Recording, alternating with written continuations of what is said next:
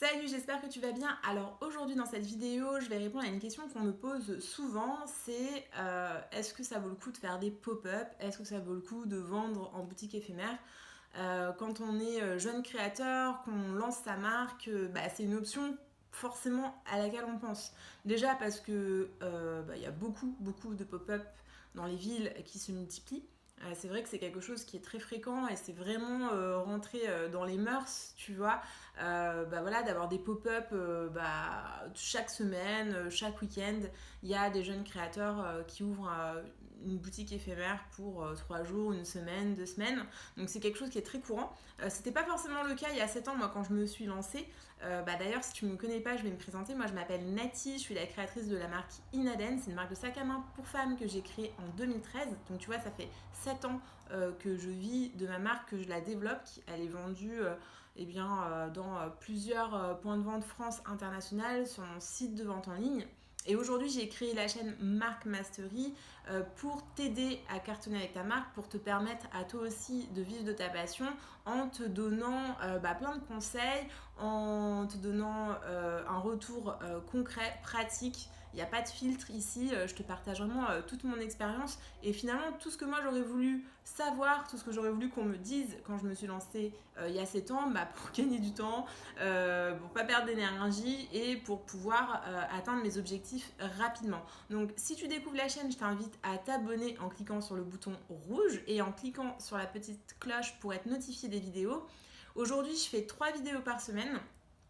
Et en général, c'est des vidéos qui répondent à des questions qu'on me pose soit sur mon groupe Facebook, donc tu peux aussi rejoindre le groupe Facebook, il y a le lien en barre de description, soit c'est vraiment des sujets qui sont très fréquents, très récurrents, ou les personnes que j'accompagne aussi qui me posent des questions pour pouvoir avancer dans leur business. Donc n'hésite vraiment pas à t'abonner si toi aussi ton objectif c'est de lancer ta marque, de la développer, d'en vivre et de pouvoir vraiment créer une activité rentable. Si c'est ton objectif, abonne-toi à la chaîne et tu peux aussi obtenir mon guide. C'est un guide pratique pour créer sa marque rentable. Je partage ma méthode en pas à pas et je t'explique comment moi j'ai fait et je te prouve que tu peux le faire. Parce que, encore une fois, on n'est pas obligé d'avoir fait une école de mode, on n'est pas obligé d'avoir 50 000 followers pour vivre de sa marque. J'en suis vraiment l'exemple. Tu pourras aller faire un tour sur ma page Facebook ou sur mon compte Instagram.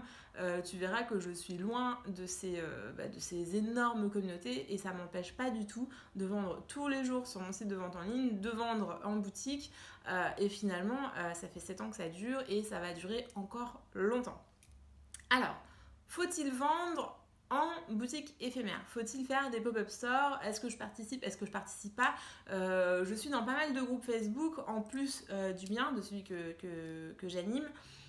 Et c'est une question qui revient souvent, tu vois, il y a beaucoup de personnes qui disent oui, je lance un pop-up, appel à candidature, alors après il y a quelqu'un qui dit est-ce que ça vaut le coup et tout, et moi j'ai plein de créateurs qui me posent la question, qui me disent qu'est-ce que t'en penses, toi vu que t'as de l'expérience. Alors du coup je me suis dit je vais faire une vidéo, donc je me suis fait une petite liste avec les avantages et les inconvénients. Et dans cette vidéo, je vais te donner les 5 principaux avantages de vendre en pop-up store, de faire des pop-up stores. Et je vais te donner aussi 5 inconvénients. Et après, ce sera à toi de voir si ça vaut le coup ou pas de tenter l'aventure. Moi, aujourd'hui, je participe plus à des pop-up stores. J'ouvre mes propres pop-up stores lorsque c'est nécessaire. J'en ai monté un il y a 2 ans parce que je trouve que c'est toujours une très belle vitrine, c'est une belle expérience. Alors quand tu as l'opportunité de le faire, mais du coup, en le faisant, c'est encore autre chose quand tu organises un pop-up que quand tu es simplement un participant. Parce que quand tu te démarres, quand tu te lances, le plus facile, c'est de te greffer à des événements qui existent. Et vraiment, je pense que dans n'importe quelle ville où tu es, tu n'auras aucun problème pour trouver des pop-up stores si tu as envie de tester.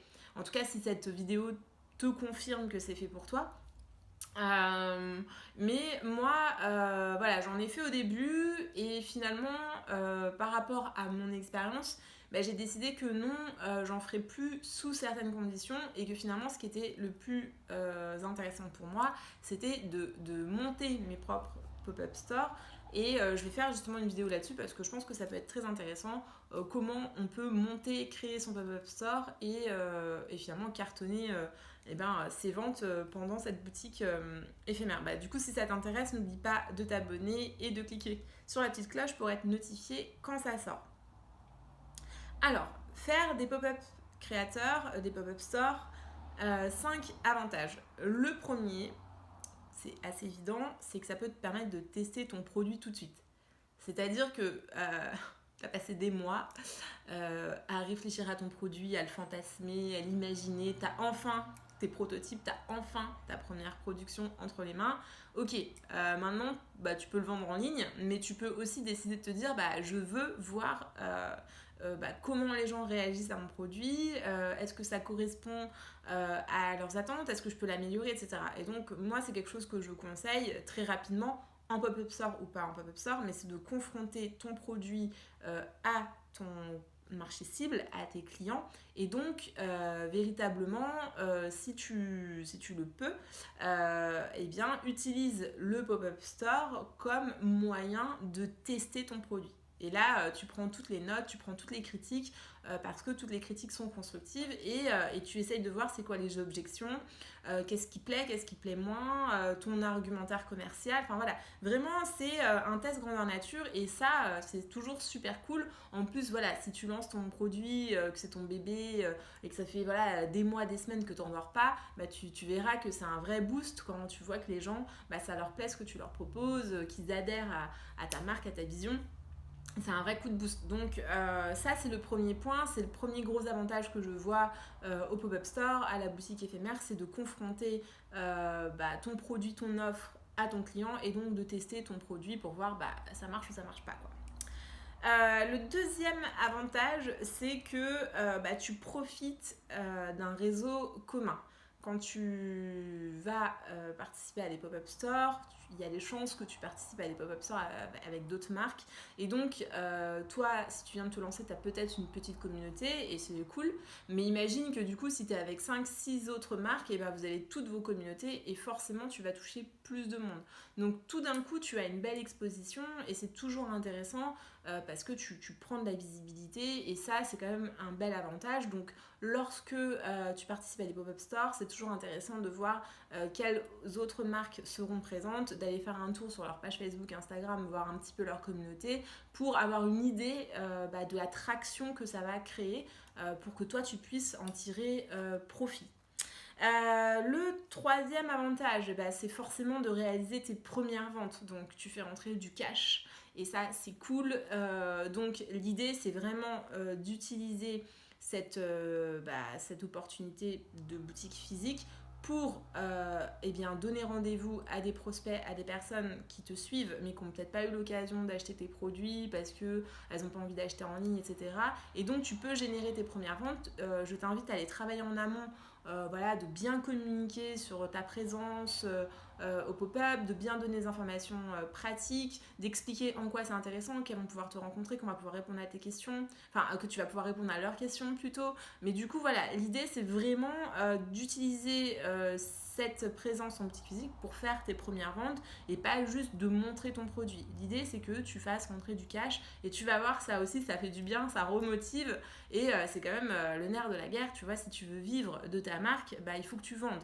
Donc c'est un très bon exercice et ça va t'obliger à adopter une posture commerciale et pas te cacher derrière ton produit en te demandant s'il est magnifique et qu'il va se vendre tout seul. Tu vas voir, la vente c'est vraiment un exercice en soi, et donc c'est très intéressant d'être confronté aussi à cette expérience pour pouvoir t'améliorer dans ton discours commercial, dans le traitement des objections, et puis de voir en fait qu'est-ce qui fonctionne et qu'est-ce qui ne fonctionne pas, et de pouvoir après peut-être mettre ça en place sur ton site internet ou sur d'autres pop-up stores quand tu y seras. Alors ça c'était le troisième avantage. Le quatrième avantage, c'est que tu vas être confronté à beaucoup de passages, et donc tu vas pouvoir augmenter ton carnet de prospects, parce que toutes les personnes qui vont découvrir ton produit, qui vont découvrir ta marque, avec qui tu vas discuter, elles vont pas forcément acheter là tout de suite maintenant, même si toi c'est quand même ton objectif, mais surtout c'est du prospect tiède, c'est-à-dire c'est des gens qui auront été en contact avec toi, qui auront découvert ton produit, qui vont aimer, et donc il faut absolument que tu captes leur adresse email, il faut que tu les gardes dans ta liste de contacts, et ça c'est un travail que tu dois faire dès le début. Moi c'est une erreur que j'ai faite, c'est qu'au début quand je faisais des pop-up, quand je rencontrais des personnes, je prenais pas les contacts, donc en fait je rencontrais plein de personnes qui me disaient c'est super votre projet, c'est super votre marque, ah j'adore l'histoire de vos sacs et tout, et puis pouf, j'ai perdu dans la nature. Donc vraiment je t'invite à partir du moment où tu vas faire un pop-up store à te mettre dans cette optique de 1. Tester ton produit, 2. Boucler des ventes, et 3. Au moins récupérer un maximum de prospects, un maximum de contacts. Donc il faut remplir ta liste d'emails. Tu vas avec ton petit carnet, tu marques inscription newsletter, tu leur expliques que tu envoies un mail de temps en temps et que c'est au cas où si tu as des nouveautés et tout pour qu'elles soient informées. Franchement 9 fois sur 10 les personnes elles disent ok quoi. Surtout si t'es sympa, tu souris un peu, t'as un peu discuté avec. Enfin voilà, il y a une façon de demander, mais vraiment 9 fois sur 10, tu récupères le mail. Alors, le dernier avantage, c'est que finalement, participer à un pop-up store, participer à une boutique éphémère, c'est un événement en soi. Et c'est toujours cool quand tu es une marque, quand tu lances ton business, d'avoir quelque chose sur lequel communiquer. Et donc, communiquer sur une présence en boutique, ça donne de la réassurance, ça fait sérieux. Et si tu communiques bien autour de cet événement, ça te permet de gagner en crédibilité. Et je trouve que c'est quand même assez important parce que les gens qui te suivent, qui te découvrent sur Instagram, Facebook ou juste sur internet, ils vont se dire ah ok c'est des vraies personnes qui sont derrière cette marque, donc si je suis de passage ou si j'ai l'occasion je peux aller les rencontrer, et donc voilà ça rassure les personnes parce qu'il faut pas oublier que tu as tous les jours 25 marques qui existent ou qui se lancent. Et que parfois les gens ils se disent mais est-ce que si je commande, est-ce que c'est une vraie marque, est-ce que c'est sérieux, enfin voilà, donc il peut y avoir pas mal de doutes. Et donc le fait de participer à une boutique éphémère et d'être dans une vraie boutique, de partager des photos, des visuels où on te voit, c'est forcément rassurant, et c'est une opération de communication dont il faut profiter. Donc ça c'était pour les avantages de participer à un pop-up store créateur si tu en as l'occasion. 5 inconvénients. Et c'est important de les avoir en tête avant de signer ton contrat, avant de te dire ok je vais le faire. Il faut bien l'avoir en tête parce qu'il ne faut pas avoir de mauvaises surprises. Donc il faut bien comprendre à quoi ça t'engage et ce que ça peut générer, les conséquences sur ton activité, sur ton business. La première chose, c'est qu'un pop-up store, ça a un coût. Tu es souvent sur 3 jours, 5 jours, une semaine. Et donc, plus la durée va être courte, plus il va falloir que tu rentabilises rapidement ton stand pour pas être à perte. Donc, le coût de ton stand, c'est quand même un élément que tu dois prendre en compte pour te dire est-ce que j'y vais ou pas. Si tu as des chances de rentabiliser ou pas, alors tous les organisateurs de pop-up store vont te dire oui c'est génial, tout le monde rentabilise, l'emplacement de la boutique il est génial, enfin tu vois, tout le monde va te vendre l'événement, ce qui est normal, et on souhaite toujours que ça se passe bien, sauf que il suffit que tu tombes sur un week-end de pont, que tu tombes sur un week-end où il pleut, ou que, enfin tu vois, je veux dire, quoi que ce soit, des fois c'est la faute juste à pas de chance. Et donc, si le coût du stand est très élevé et que, je sais pas, pour le rentabiliser, il faut que tu vendes 25 pièces et qu'en 3 jours, potentiellement, tu en vendras que 15, tu sais que tu vas perdre de l'argent. Alors, je dis pas qu'il faut pas accepter de perdre de l'argent à partir du moment où tu considères que c'est un investissement. Ça peut être une opération de com pour toi, et donc tu peux très bien te dire ok, moi j'accepte de pas rentabiliser mon événement, c'est vraiment de la com, c'est vraiment de la visibilité, c'est vraiment pour tester mon produit. Ça, il n'y a pas de problème. Mais il faut l'avoir en tête. Faut pas imaginer que tu vas faire un chiffre d'affaires de folie. Ça peut être le cas. Et c'est cool quand ça se passe, moi ça m'est déjà arrivé et c'est cool vraiment quand ça se passe, mais c'est souvent en fonction de ton coût de stand, et là où moi j'ai fait mes meilleurs chiffres d'affaires, où j'ai vraiment rentabilisé et j'ai gagné de l'argent si tu veux, c'est pas sur les stands où le coût était le plus élevé, et souvent c'est dans des toutes petites boutiques où finalement on s'y attendait pas forcément. Donc ça, c'est un premier point, le coût de ton opération, le coût du pop-up store. Donc, est-ce que tu peux te le permettre? Oui, non. Essaye de calculer la rentabilité, combien de temps il te faut et tout, combien de pièces il faut que tu vendes pour rentabiliser en gros, pour avoir une idée. Le deuxième inconvénient, c'est que si tu vas sur un pop-up créateur que tu n'organises pas, il y a des chances que tu n'aies pas la main sur la sélection des créateurs et donc c'est possible que tu sois avec des marques qui n'ont pas du tout le même univers ni le même positionnement que toi. Moi, ça m'est arrivé dans certains pop-up stores. Les organisateurs, ils vont toujours te promettre que oui, c'est toujours le même univers, que oui, voilà, on va faire quelque chose de cohérent. Sauf que eux, à un moment donné, je sais pas, s'ils ont 10 places de stand et qu'il faut absolument qu'ils remplissent, à la fin, ils prennent les personnes qui sont dispo et qui sont motivées pour prendre le stand. Donc, tu as des probabilités de tomber sur des personnes qui sont pas du tout sur le même positionnement que toi, qui s'adressent pas du tout à la même personne, et donc ça peut peut-être dégrader, ou en tout cas ça peut biaiser tes résultats, parce que, admettons, je dis une bêtise, que tu es sur un univers très chic, très élégant, très raffiné, et que en fait tu tombes entouré de 3 marques de streetwear.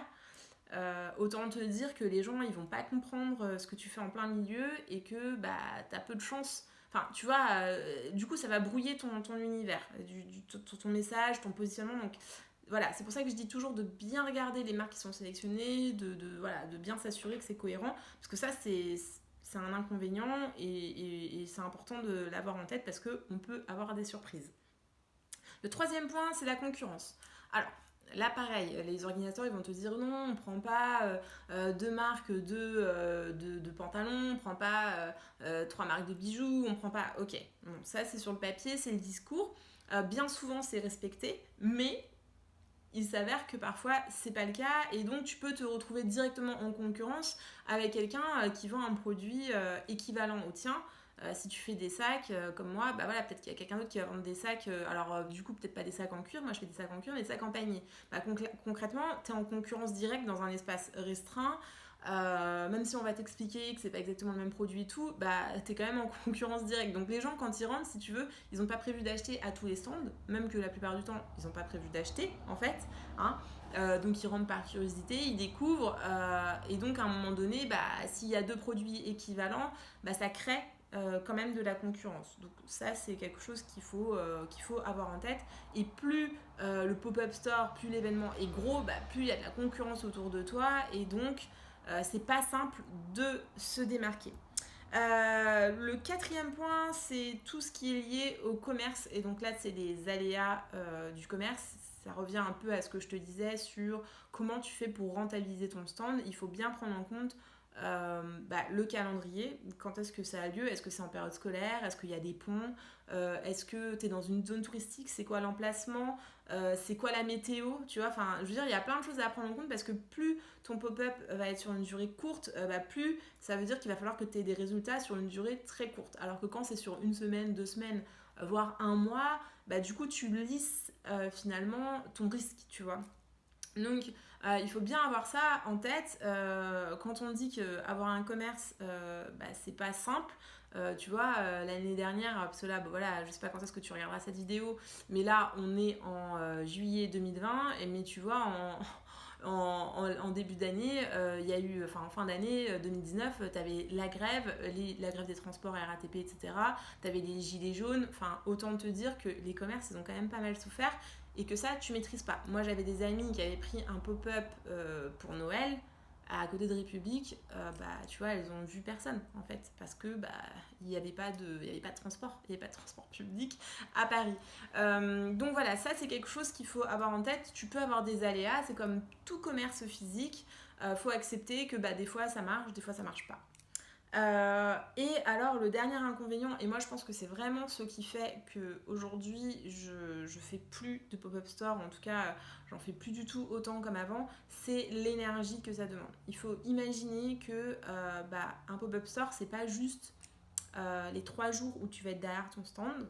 Hein. Déjà ces 3 jours là, il faut que tu comprennes que ton temps il est immobilisé, tu vas pas pouvoir travailler pendant ces 3 jours là, donc ça va te fatiguer parce que tu vas brasser du monde toute la journée, il va falloir que tu parles, tu fais de la représentation, Et donc c'est 3 jours où tu n'avances pas sur tes autres points de business, tu vois. Donc en fait, moi aujourd'hui, voilà, j'ai ma boîte à gérer, genre être immobilisée comme ça pendant 3 jours, 5 jours, c'est pas possible. Alors quand j'ai des stagiaires qui sont là, que j'ai des personnes qui peuvent m'aider ponctuellement, c'est cool. Mais sinon, moi, passer 5 jours derrière un stand, c'est juste plus possible, je peux plus le faire. Ça me fatigue. Et puis il faut imaginer que le stand, eh ben en fait, il faut venir avec ton matos, donc tes stocks, il faut faire ton inventaire. Après, il faut mettre la mise en place. Faut anticiper voilà, tout ce qui est packaging, tout ce qui va être doc de com, etc. Enfin voilà, toute ta communication. Donc en amont, tu as beaucoup de choses à penser, à préparer. C'est de la logistique. Il faut que tu te balades avec tes valises. Alors, celles qui font du bijou, mais vraiment, comment je suis trop jalouse à chaque fois que j'ai fait des pop-up parce qu'en gros le bijou ça tient dans une petite valise, hein, limite elles ont ça dans leur sac à dos, elles déplient ça en deux, mais voilà, dès que tu fais du vêtement, de la chaussure, du sac, dès que tu es sur voilà, des pièces importantes, c'est une vraie logistique, tu vois. Faut te balader avec tes valises, faut te balader avec tes éléments de décoration, faut te balader avec tout ce qui va, toute ta communication, tu vois, tous tes supports de communication. C'est lourd. Et puis une fois que tu as fait tes 3 jours, où tu es bien rincé parce que tu as fait 3 jours à discuter avec tout le monde, et tu as peut-être fait des ventes, mais tu es peut-être un peu déçu des résultats. Alors si tu as cartonné, en général, tu as la patate. Mais si tu es un peu en dessous ou juste que tu es fatigué, etc., bah après, il faut tout remballer. Hein, il faut rentrer chez toi ou à ton bureau et puis il faut tout ranger. Donc voilà, autant te dire que c'est une vraie expérience et que ça prend du temps, ça prend de l'énergie et que si tu as d'autres choses à faire, eh ben, à un moment donné, il faut arbitrer. Bon, moi, aujourd'hui, comme je te disais, j'ai arbitré. Ça m'a servi au début, j'ai été très contente parce que, comme je te disais, les premiers avantages, bah, j'en ai tiré vraiment, j'en ai profité. Mais c'est vrai qu'aujourd'hui, avec le recul, bah, je réfléchis beaucoup, j'ai mes critères pour me dire, ok, j'y vais pas. Et je trouve que même la meilleure option aujourd'hui pour moi, mais parce que j'ai d'expérience, et si je me lançais demain, enfin si j'étais quelqu'un qui était débutant et qui me lançait, je le ferais pas de lancer ma première boutique comme ça. Je pense qu'il faut en faire quelques-uns pour voir comment ça se gère, pour voir comment ça s'organise. Mais aujourd'hui, la meilleure option, bah, pour moi, c'est oui, le pop-up, la boutique éphémère, c'est cool, mais pas à n'importe quelle condition. Donc voilà, j'espère que cette vidéo t'a éclairé, que mon partage d'expérience, mon retour d'expérience t'a donné des pistes, que tu y verras plus clair la prochaine fois qu'on te proposera de participer à un pop-up créateur. N'hésite pas à me dire si toi tu as eu une expérience, qu'est-ce que tu en penses, s'il y a des choses que tu trouves voilà, positives, d'autres choses qui finalement te refroidissent à l'idée de participer à un pop-up store créateur. Tu peux me le dire en commentaire en dessous de cette vidéo. Je me ferai un plaisir de le lire et de répondre à tes questions si tu en as. Si ce n'est pas encore fait, je t'invite à t'abonner à la chaîne et je te dis à la prochaine. Salut!